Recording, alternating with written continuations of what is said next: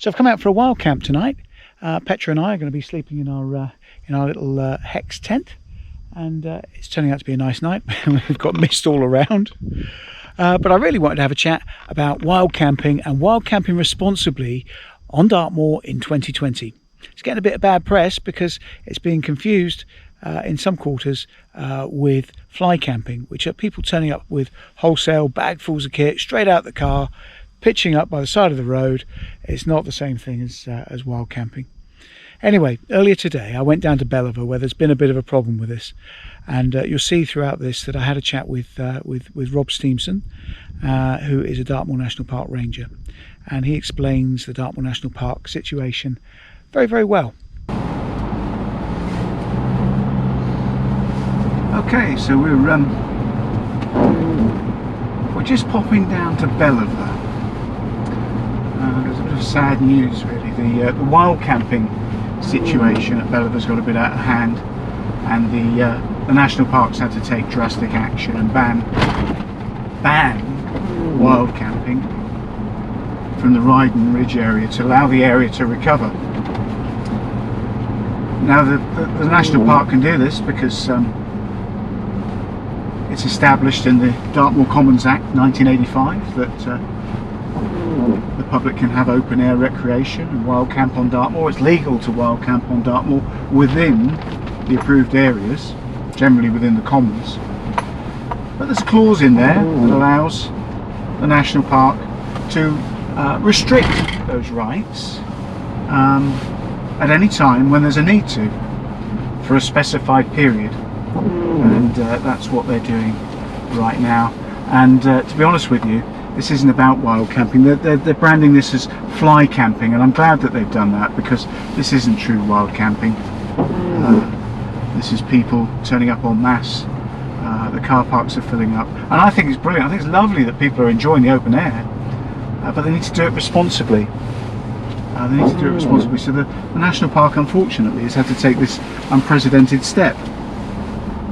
So we're just turning up at Belliver now. This is Belliver Forest, and this is a beautiful spot.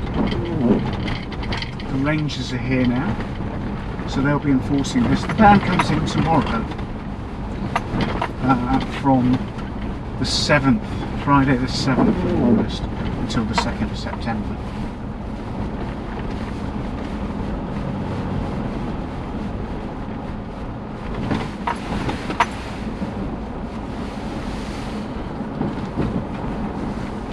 So I normally turn up here to walk my dogs. You don't see another soul unless it's a beautiful sunny afternoon on a Sunday. Today's Thursday, it's piddling with rain and the car park's absolutely heaving.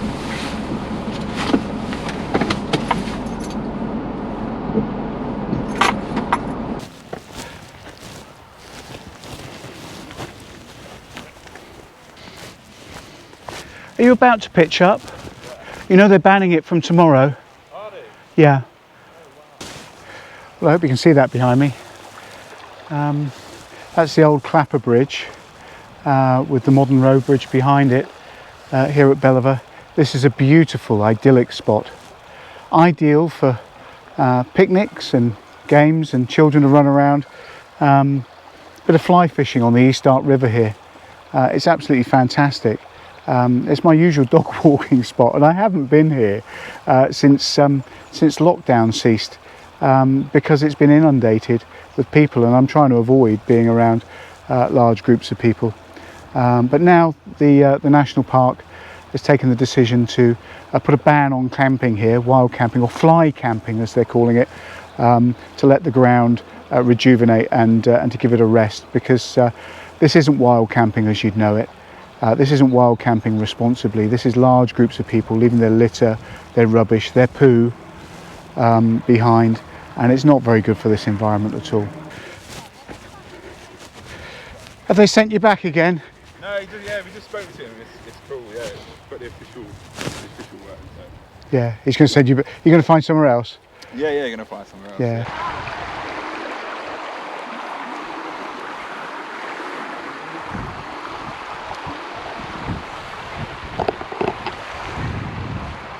Okay, my name's Robert Steamson. I'm a park ranger on Dartmoor, And yes, as of tomorrow, there is a prohibition as regards to camping on Ridden Ridge and Belliver Woods.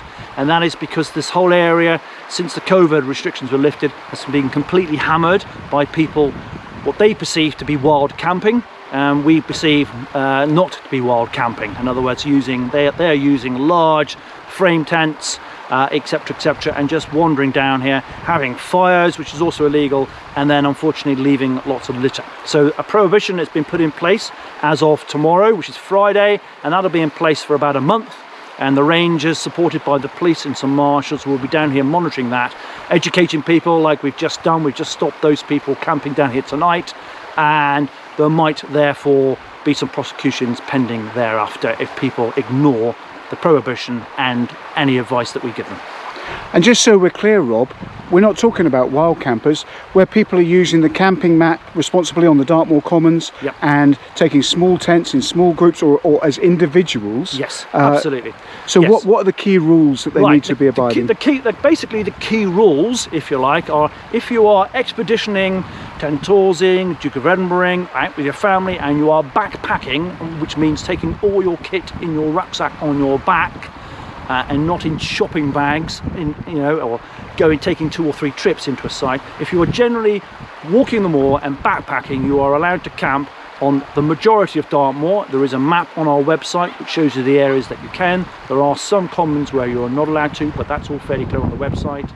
This site at Belliver / Ridden Ridge is on the map at purple at the minute, and people are thinking, oh yeah, we can camp there, which technically they can, but they are arriving at the car park, going across the river with their shopping bags, with more than a rucksack, having fires, generally bringing their chairs, and having basically a no-cost holiday, a cheap holiday, which is illegal under the Act. So that is what we're enforcing down here, because we've had problems during July, 50, 70, up to 100 tents down here. A lot of people quite close together, not intentionally, but unintentionally, COVID restrictions, etc., and we've decided that cannot continue down here. We're having lots of complaints from the local people. There's lots of noise, so we're putting in a prohibition order on this site now for about a month. And what are the key factors, Rob, in respect of wild camping? Fires, water, access, those types of things. Say the 3 or 4 key points that people need to remember if they're going to wild camp responsibly. If they're wild camping responsibility, you've taken all your gear with you and you're leaving no trace. And when we say no trace, you're taking your camping stove with you, so you're not having a fire on the ground. You're taking all your dehydrated food or all your food in with you, and you're not having any fires. You're only camping for 2 days in the same spot. That's another sort of general rule. Two nights, 2 or 3 tents in the same area, a couple of nights in the same spot, move on again. You've taken it all with you, take it all out with you, no litter. Lovely. And just so we're clear, Dartmoor National Park wants to welcome people to Dartmoor National Park. Dartmoor National Park is a very welcoming national park, and in fact some of the people we've been speaking to this morning have said they've come here because it's the one place where you are allowed, with a small a, to wild camp. Yes, you're still allowed to wild camp under the ethos that I've just told you. What you're not allowed to do is just bring your car, bring all your camping gear and just lump up next to a road, and that's what we're enforcing. And finally, just so we're clear, elsewhere in England and Wales, wild camping isn't legal unless you have the landowner's permission. And here on Dartmoor, that permission is given within those allocated areas. It's a very technical thing, but under the Dartmoor Commons Act, when the National Park, with the landowner support, went through with the Dartmoor Commons Act, there was a general exception that wild backpacking camping was within the spirit, and that the landowners would allow that. Now what they're saying is actually that is being abused. So the landowner here, the landowner there, on the other side of the river, and other landowners are quite concerned, which is why some of the commons like Spitrick, Haytor and Holmwall, which are also quite popular, already have those restrictions in them under the Act, because they are Schedule 2 sites where there is no camping whatsoever. The worry is, or the potential is, that this site and maybe other sites could also become Schedule 2 sites, which would mean permanent no camping. And that's what we want to avoid. So we're asking the public to respect it, to understand what we're saying, and hopefully this area will recover. And I'm sure you'd agree that what we're really talking about here, we don't want legislation, we want education before legislation. The key role from a ranger's perspective is education. We've been overwhelmed with people, particularly aggressive people, We've had a real problem with that. We've been backing up with the support of the police. So yes, we have a major education role with lots of organisations to get that firmly in people's minds. So we've got to reset the Dartmoor rules and regulations under the Ranger Code and every opportunity we can.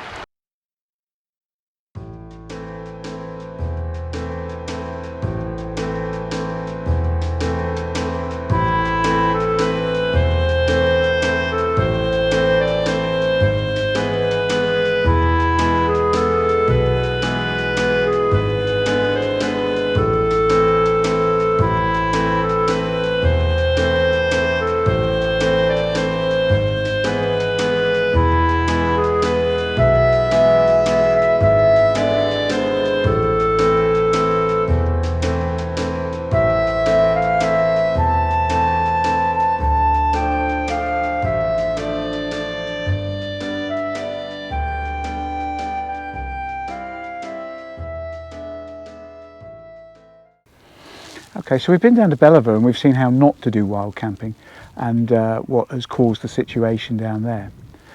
So maybe we ought to look at how to wild camp responsibly on Dartmoor for 2020. There's a number of considerations. First of all, we have to think about your safety. There are a number of live firing ranges on Dartmoor.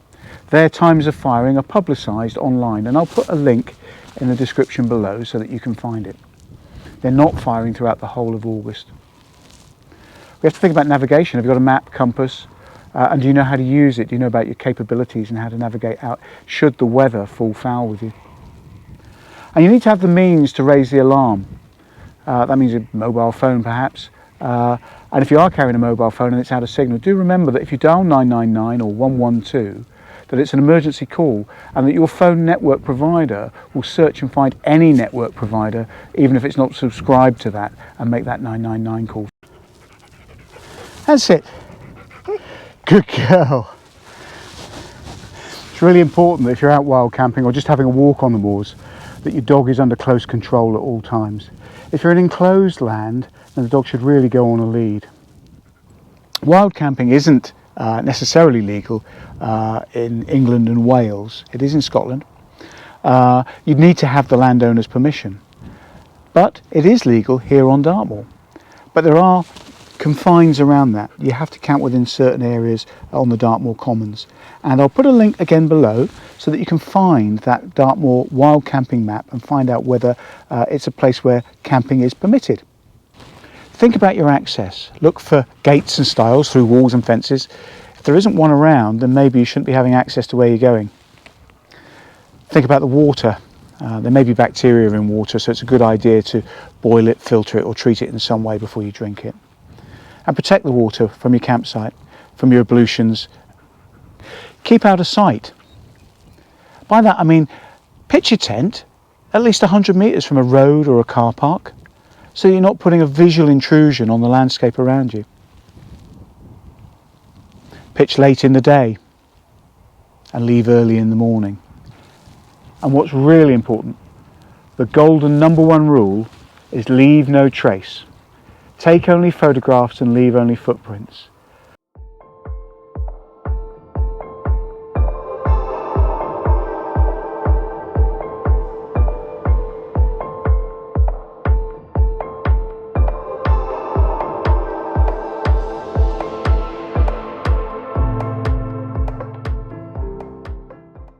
So this is my home for the night. It's got everything I need in there. I think the golden rule of wild camping is if you can't carry it in, it isn't wild camping. So this is it's a 47 litre rucksack. It's got everything I need for multiple nights in there, a lot of comfort and some more. And we'll go through some of that perhaps a little bit later on. Petra's carrying her own food, water, bowl and bed for the night. So if you're looking for somewhere to pitch your tent, it needs to be somewhere sheltered, obviously flat. If you're not carrying your water in with you, then somewhere where you may have access to water, but obviously not right on top of that water source. So this looks like an ideal area. There's a few divots here. I don't think they're going to cause me any issues.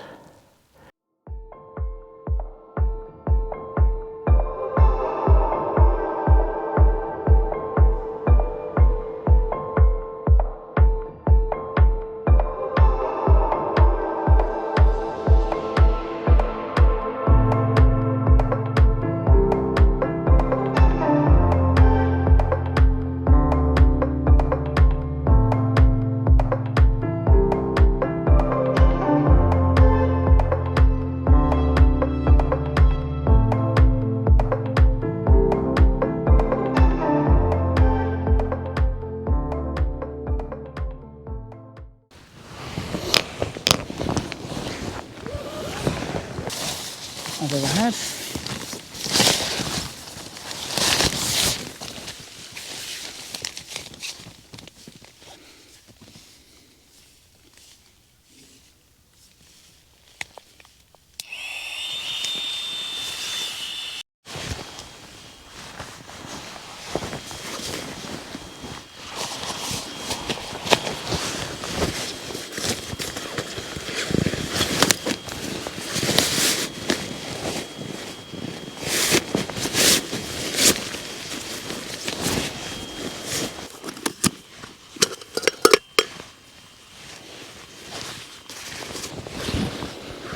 Through there.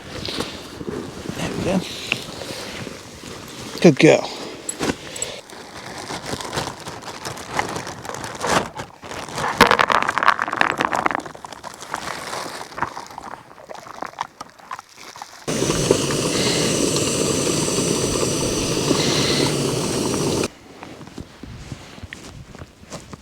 Oh dear.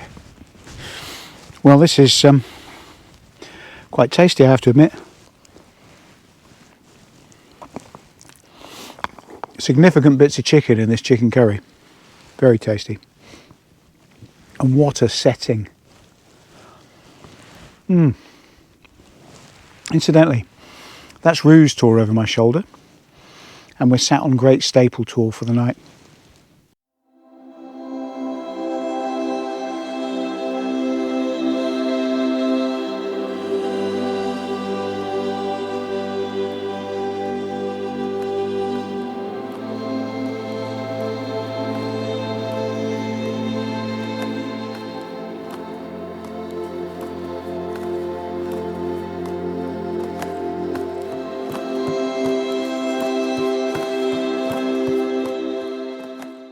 Good morning.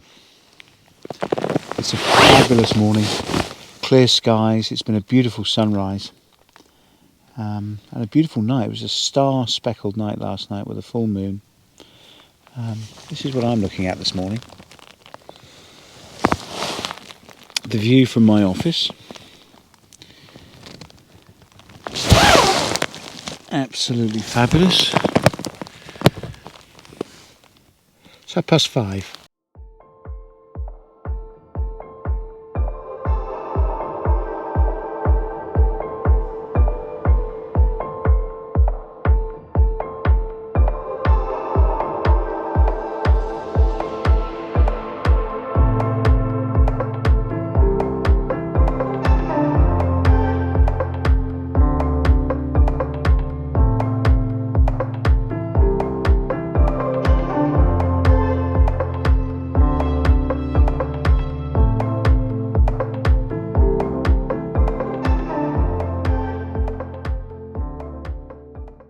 Well, that's us packed up and ready to go.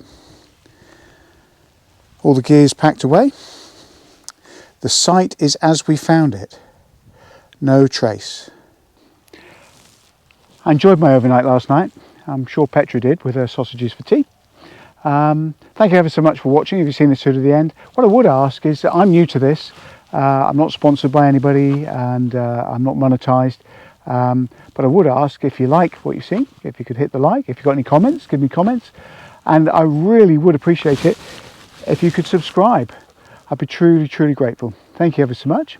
Now, we better get out and enjoy some of that countryside that we've been talking about. We're going to take a walk over Ruse Tor and Langston Moor. Thanks ever so much, folks. Come on, Petra.